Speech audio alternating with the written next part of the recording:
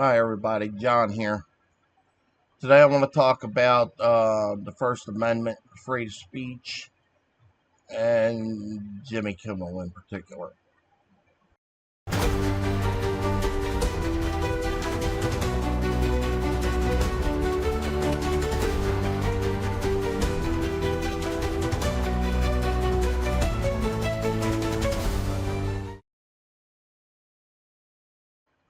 Now, when the late night host Jimmy Kimmel delivered a monologue saying what millions, tens of millions actually, of Americans were already thinking, that Republicans were shamelessly using Charlie Kirk's death for political fodder, the outrage machine spun into high gear.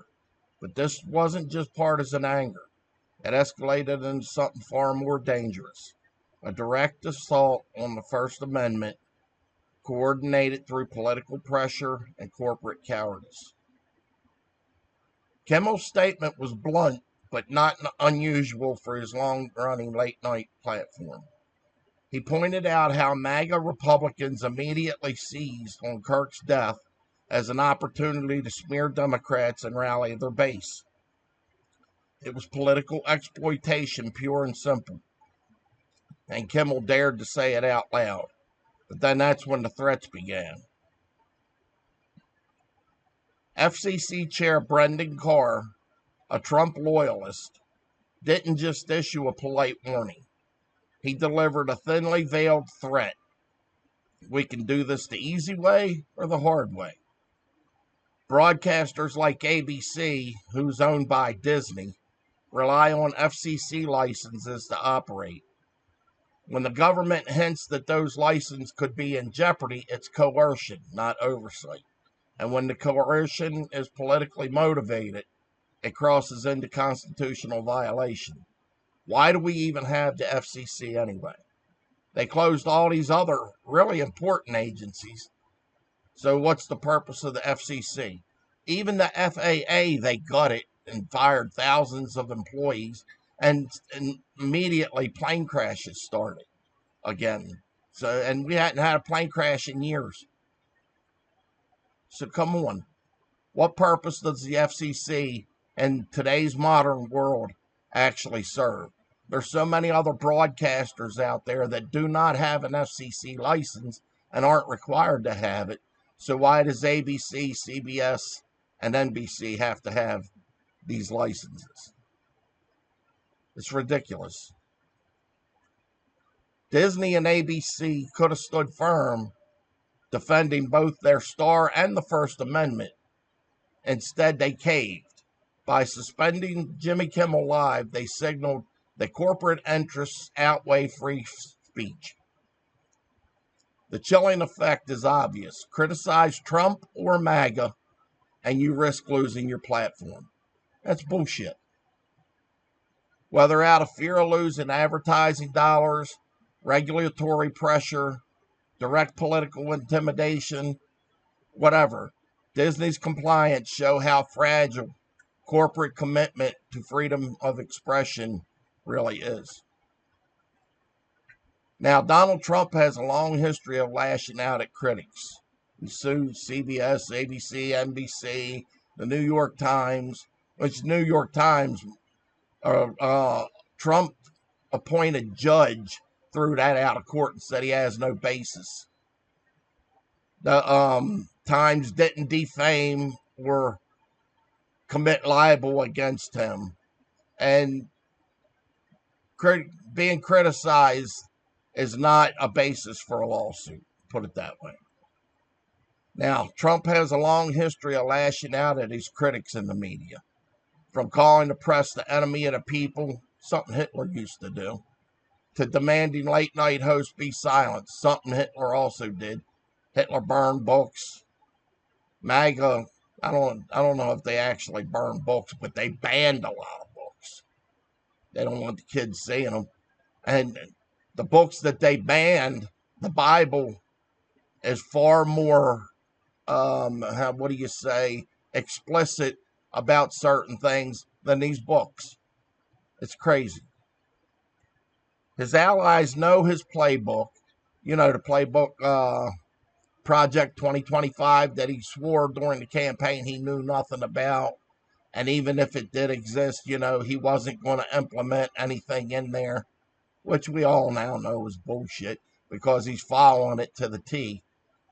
Now Carr's threat fits neatly into Trump's broader war on dissent and more specifically the media. Now, even worse still, the MAGA voices themselves have bragged openly that they got rid of Stephen Colbert and Jimmy Kimmel. They warned that Jimmy Fallon will be next. Whether Trump himself said it or not, the culture of intimidation is crystal clear. Silence anyone who mocks or criticizes the MAGA movement. The backlash hasn't all gone one way, though. Democrats are finally starting to speak out and stand up for the rights of the people. What's taking them so long, I don't know. But they're also backed by Hollywood, with both the Writers Guild of America and the Screen Actors Guild, who have stepped up in support of Kimmel. Writers, actors, and other entertainers. And they understand that this isn't just about one or two comedians. It's about the freedom of every creative voice to speak truth to power. Their solidarity highlights a deeper truth. If political bullying can shut down one or two late-night hosts, it can silence entire industries of artists and storytellers, even little guys like us. My wife and I have these channels. We only got a few subscribers, but we're working on it.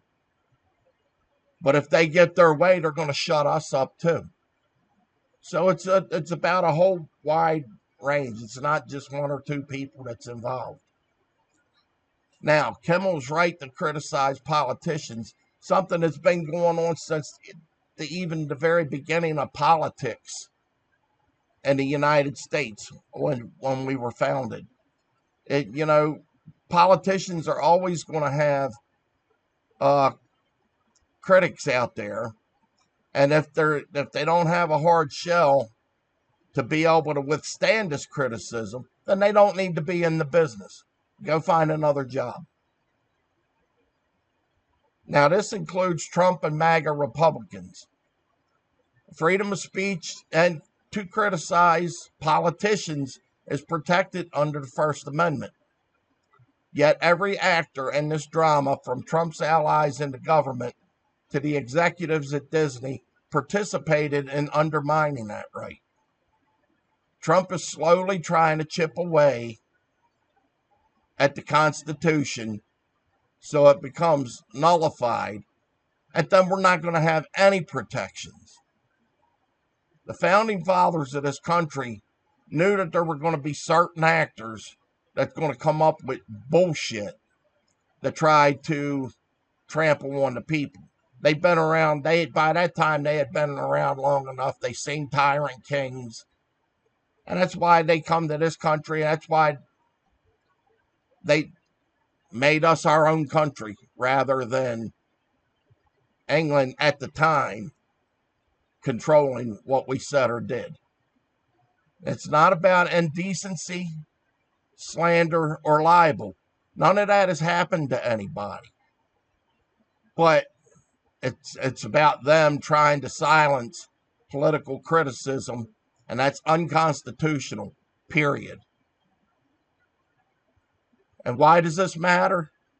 If a late-night comedian can be silenced for calling out political exploitation, what does that mean for independent journalists, podcasters like us, or even ordinary citizens from posting online their criticisms of the current regime? Trump and his enablers are normalizing the idea that criticism of him can and should be punished. This isn't just about Jimmy Kimmel.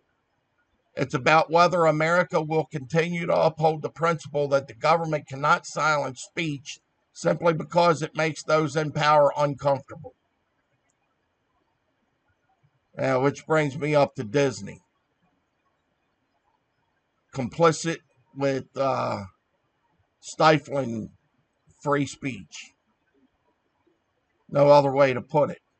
Enough's enough.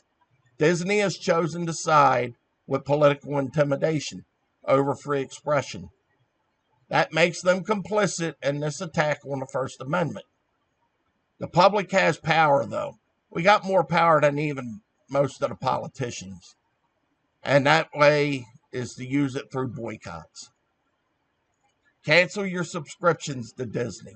Anything. Disney movies, Disney Channel, Disney whatever.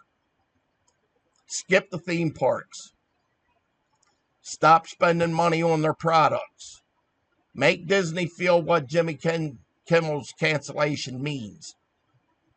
That Americans will not support corporations that help silence critics of authoritarian politics. If the people stand up together and refuse to accept this injustice, these abuses will stop. I'll guarantee it. It will stop. When we demand accountability, not just from politicians, but from corporations, free speech stands a chance of surviving. They're trying to take it away, and we can't let them do that. This fight for Jimmy Kimmel and Stephen Colbert is not just a fight for them. It's a fight for free speech. If we lose here, Fallon may be next. And after that, anyone who dares to speak out. And unless the public takes a stand, corporations like Disney will continue to cave. Boycott now. We got to do it. If you like this video, share and subscribe. Like, share, and subscribe. And we'll see you next time. Have a great day.